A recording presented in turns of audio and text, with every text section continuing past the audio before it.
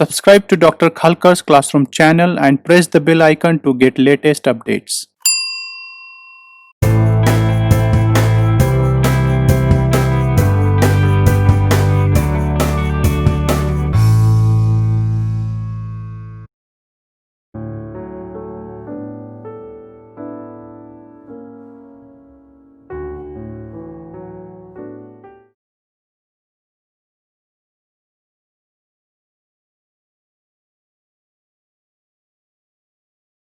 Hello everyone, I hope you are doing great. In my previous lecture video, I have discussed about introduction to polarization of light. In this lecture video, I will discuss about Malus Law and double refraction. So let's get started. The content of this lecture video is as follows. First of all, I will discuss about polarizer and analyzer. Followed by I will discuss about Malus Law, Birefringence and double refraction in calcite crystal. Let's see what is polarizer and analyzer. A device which produces plain polarized light is called a polarizer.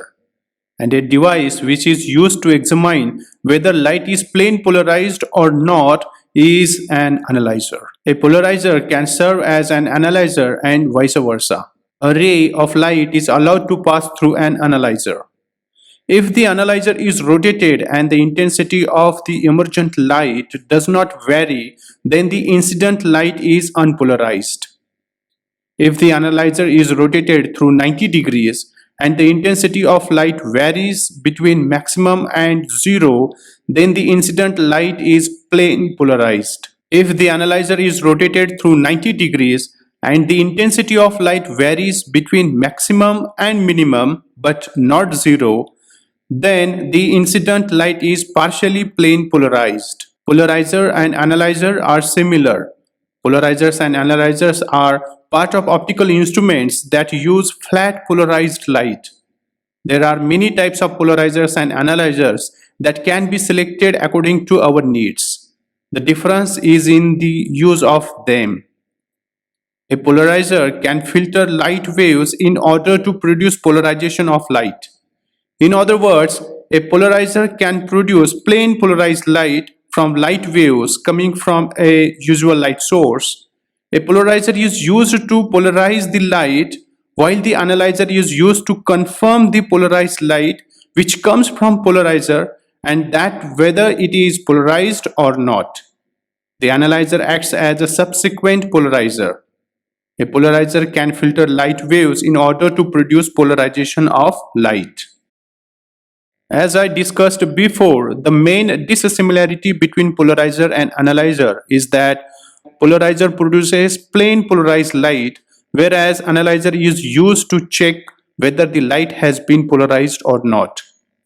Polarizer can make a light beam a plain polarized beam of light, whereas analyzer can also act as a polarization device, but its major function is to perceive whether the light has been polarized or not. Placement in polarizing microscope polarizer is placed under the sample, whereas the analyzer is located above the sample. Polarizer can be rotated 360 degrees, whereas analyzer can be moved in or out of the path of the light. Polarizer is used to polarize the light coming from a light source, whereas analyzer can be used to decide whether the light is polarized or to decide whether the sample is birefringent. One cannot differentiate between unpolarized and plain polarized light with bare eyes. This can be done through the use of a crystal that acts as a polarizer as well as an analyzer.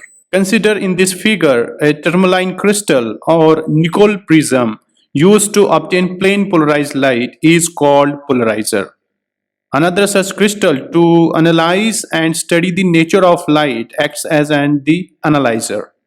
Ordinary light on passing through the polarizer becomes plain polarized. If the analyzer is rotated in the path of transmitted light such that their axes are parallel, the intensity of light is maximum. However, the intensity becomes minimum when the axes of the two crystals are kept perpendicular to each other. This phenomena we have already discussed in our previous lecture video. Now let's see the transmission of polarized light through an analyzer. The amount of light passing through a crossed pair of high-quality polarizers is determined by the orientation of the analyzer with respect to the polarizer.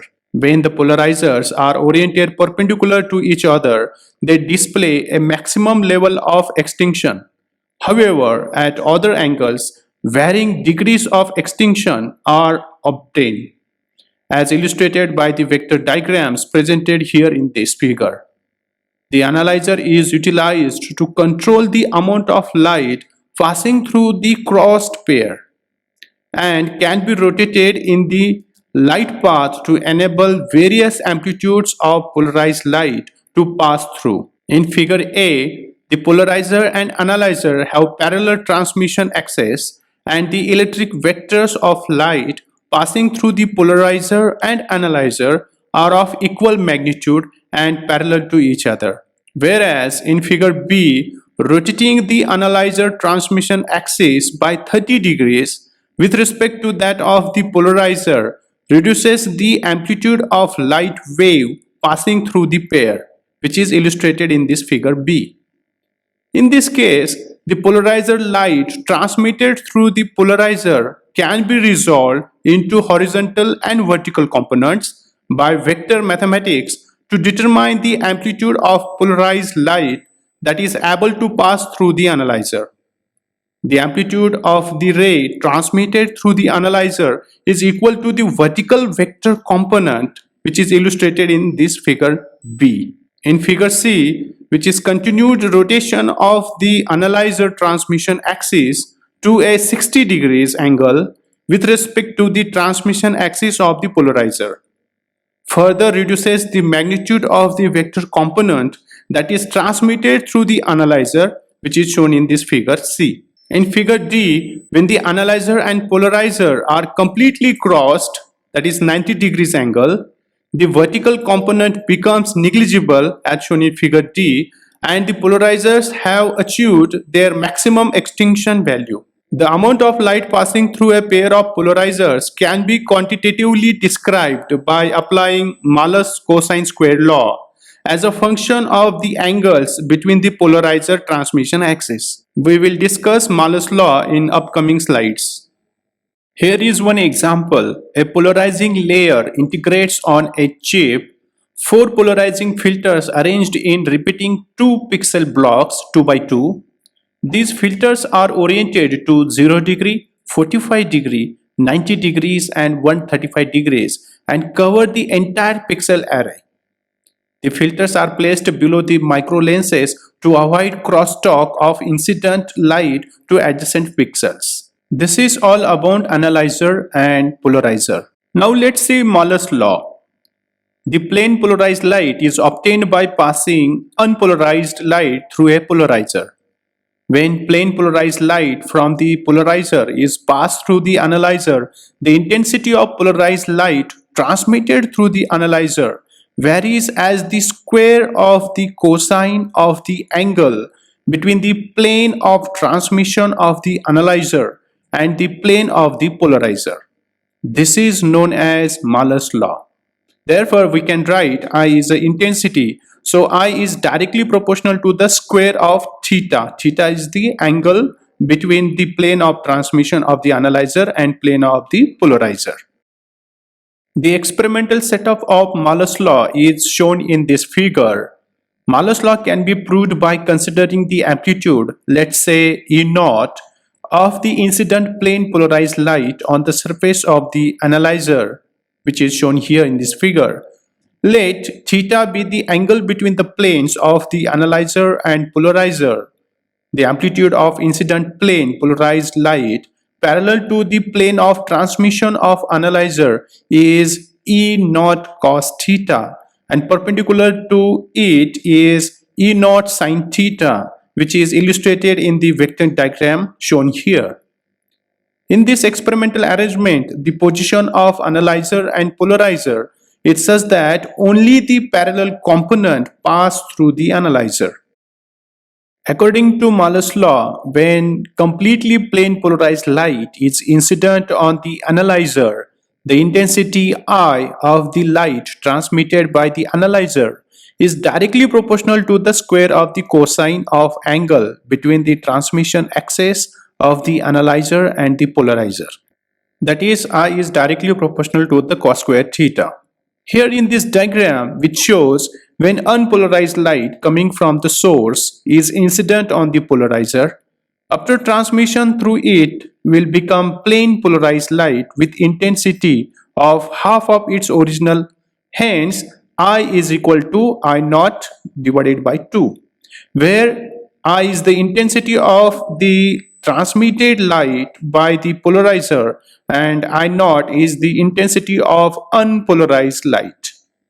Furthermore, when the light transmits through the analyzer, the intensity of plain polarized light is I is equal to I naught divided by 2 into cos square of theta, which is shown in this diagram. Now suppose the angle between the transmission axis of the polarizer and analyzer is theta. The completely plane polarized light from the polarizer is incident on the analyzer. If E naught is the amplitude of the electric vector transmitted by the polarizer, then the intensity I naught of the light incident on the analyzer is I is directly proportional to the E naught square. The electric field vector E naught can be resolved into two rectangular components, that is E naught cos theta and E naught sin theta, which is shown in the vector diagram here. The analyzer will transmit only the component, that is the E naught cos theta, which is parallel to its transmission axis.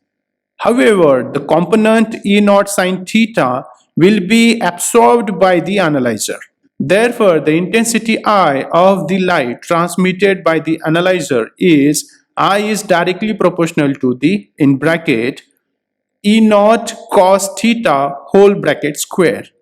Therefore, I upon I naught is equal to E naught into cos theta bracket square divided by E naught square. So therefore, I upon I naught is equal to cos square theta. So this equation we can write I is equal to I naught cos square theta. Therefore, I is directly proportional to the cos square theta. This proves Malus law. In Malus law experiment, when theta is equal to 0 degree or 180 degree, then I is equal to I naught cos square 0 degree, that is equal to I naught. That is the intensity of light transmitted by the analyzer is maximum when the transmission axis of the analyzer and the polarizer are parallel.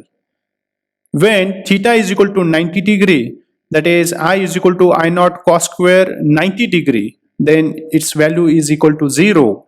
That is the intensity of light transmitted by the analyzer is minimum when the transmission axis of the analyzer and polarizer are perpendicular to each other. The above results have been proved for tourmaline crystals, Nicol prisms, etc. Now let's see what is birefringence. Birefringence is the optical property of a material having a refractive index that depends on the polarization and propagation direction of light. These optically anisotropic materials are said to be birefringent or birefractive. The birefringence is often quantified as the maximum difference between refractive indices exhibited by the material. Crystals with non-cubic crystal structures are often birefringent, as are plastics under mechanical stress. Birefringence is responsible for the phenomena of double refraction, whereby a ray of light, when incident upon a birefringent material, is split by polarization into two rays taking slightly different paths. This effect was described by the scientist Bartholin in 1669, who observed it in calcite, a crystal having one of the strongest birefringes. However, it was not until the 19th century Fresnel described the phenomena in terms of polarization, understanding light as a wave with field components in transverse polarization, that is perpendicular to the direction of the wave vector. Fluorescence in calcite crystal and birefringence is observed as laser beam splits into two while traveling from the left to right. This is shown in this diagram. Now let's see double refraction in calcite crystal. Calcite is nothing but the calcium carbonate, that is CaCO3. When a beam of ordinary light, that is unpolarized light, passes through crystals such as a quartz or calcite, it splits into two refracted beams, let's say ordinary ray and extraordinary ray, and both are plain polarized lights. This is known as double refraction. Calcite is the crystallized form of calcium carbonate. It is the most stable polymorph of calcium carbonate. It is called Iceland spar due to its large availabilities in Iceland. Color is white or none through shades of gray, red, orange, yellow, green, blue, violet, brown or even black can occur when the mineral is changed with impurities. Calcite is transparent to opaque and may occasionally show phosphorescence and fluorescence. It exists in nature in several forms but cleaves very perfectly along three directions, forming a rhombohedron. In this picture, the calcite CaCO3 forms a triangular cluster and the optic axis is perpendicular to this. A wave propagation in a birefringent medium is represented in this figure. Incoming light in the parallel polarization sees a different refractive index of refraction than the light in the perpendicular polarization and is thus refracted at a different angle. As I stated before, double refraction is when a beam of unpolarized light passes through anisotropic crystals such as quartz or calcite. The beam will split up into two refracted beams. The direction in which the ray of transmitted light does not suffer double refraction inside the crystal is known as the optic axis. Light propagates along the optic axis with a speed independent of its polarization.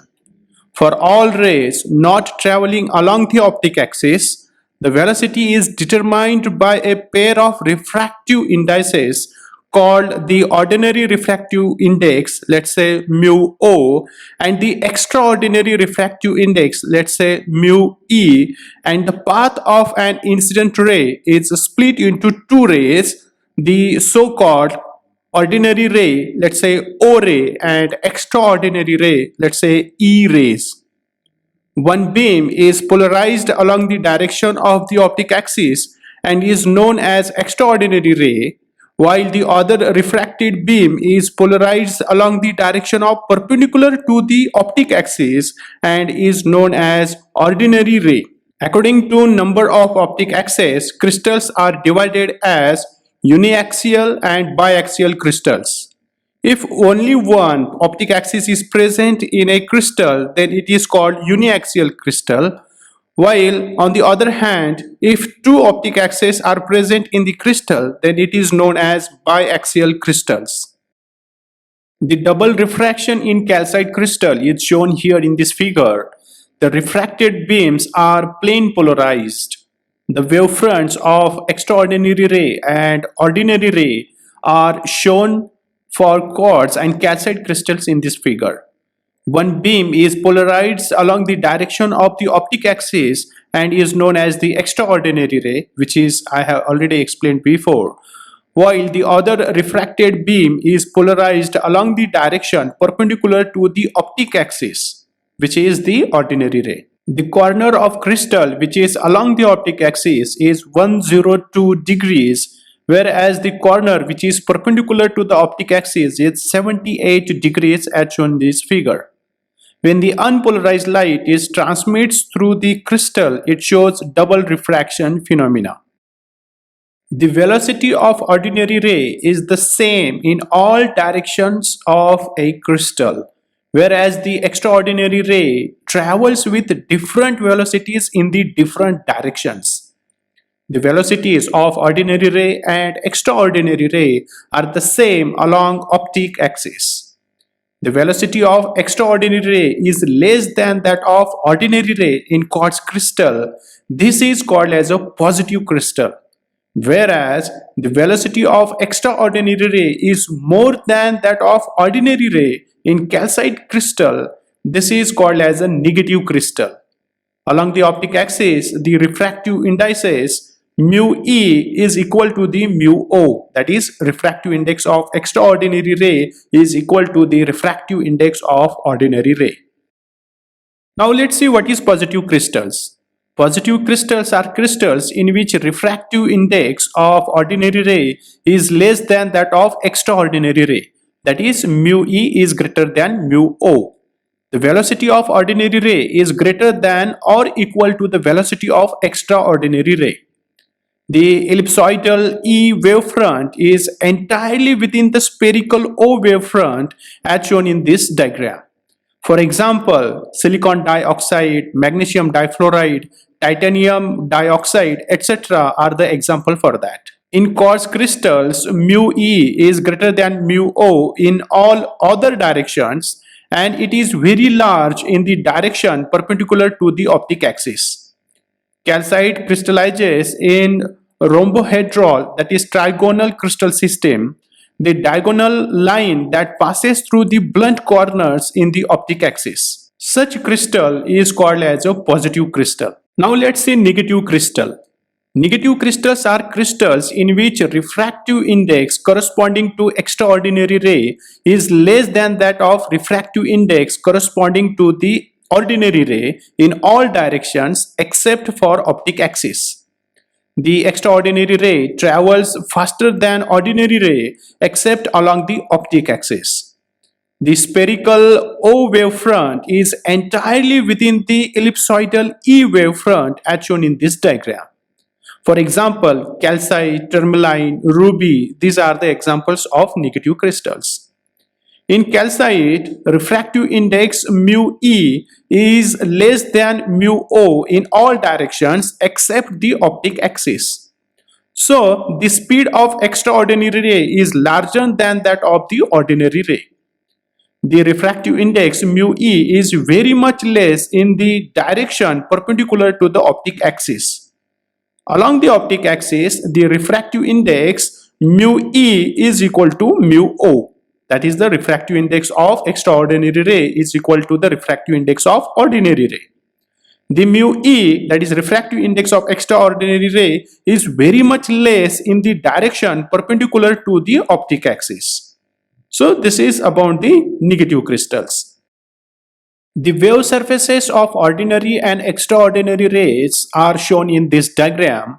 In this diagram, the uniaxial crystal has been sliced so that the section contains the optic axis, which is defined as the orientation in which the extraordinary and ordinary waves travel at the same speed. This is I have already explained before. The speed of the extraordinary waves depends on the direction.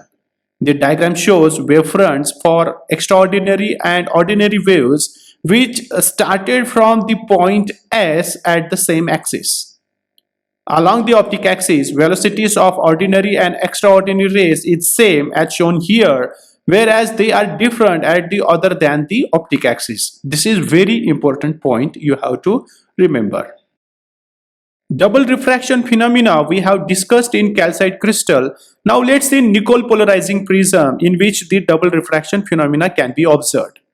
Several versions of prism based polarizing devices were once widely available, and these were usually named after their designers. The most common polarizing prism illustrated in this diagram was named after William Nicol, who was first cleaved and cemented together two crystals of Iceland spar in 1829. Nicol prisms were first used to measure the polarization angle of birefringent compounds, leading to new developments in the understanding of interactions between polarizing light and crystalline substances. The Nicol prism is made up of two prisms of calcite cemented with Canada balsam. The ordinary ray can be caused to totally reflect off the prism boundary, leaving only the extraordinary ray. A Nicol prism is a type of polarizer, an optical device made from calcite crystal used to produce and analyze plane polarized light. It is made in such a way that it eliminates one of the rays by total internal refraction. That is, ordinary ray is eliminated and only the extraordinary ray is transmitted through the prism. Presented in figure is an illustration of the construction of a typical Nicol prism.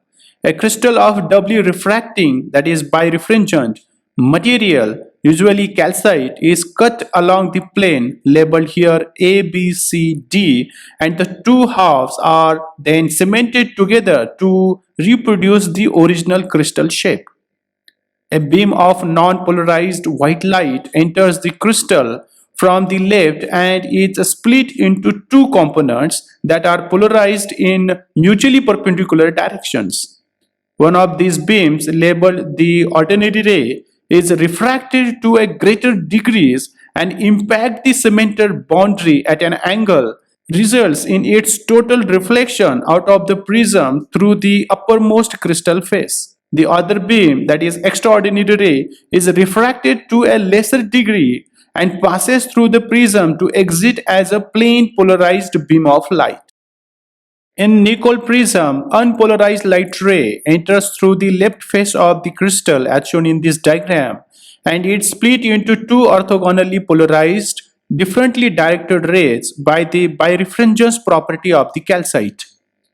The ordinary ray or O ray experiences a refractive index of mu O is equal to 1.658 in the calcite and undergoes total internal reflection at the calcite glue interface because its angle of incidence at the glue layer with refractive index mu is equal to 1.526, which exceeds the critical angle of the interface. It passes out the top side of the upper half of the prism with some refraction as shown here. The extraordinary ray or E ray experiences a lower refractive index, that is mu E is equal to 1.486 in the calcite, and is not totally reflected at the interface because it strikes the interface at a subcritical angle. The extraordinary ray merely undergoes a slight refraction or bending as it passes through the interface into the lower half of the prism. Now let's see common birefringent materials. The best characterized birefringent materials are crystals. Due to their specific crystal structures, their refractive indices are well defined. Depending on the symmetry of a crystal structure, crystals in that group may be forced to be isotropic, that is, not birefringent, to have uniaxial symmetry or neither, in which case it is a biaxial crystal. Here, light polarization shown on clear polystyrene cutlery between crossed polarizers. Color pattern of a plastic box placed between two crossed polarizers are shown here in this diagram. This is all about Malus Law, double refraction in calcite crystal and Nicol prism. In next lecture video, I will discuss about Huygens theory of double refraction and applications of polarizations with example LCD, that is liquid crystal display. So please don't miss my next lecture video. Thank you. Video in the description. The link of important information related to this video is given. Please go through it. Please like and share this video and subscribe to Dr. Khalkar's classroom channel to get the notifications about my upcoming videos. Thank you.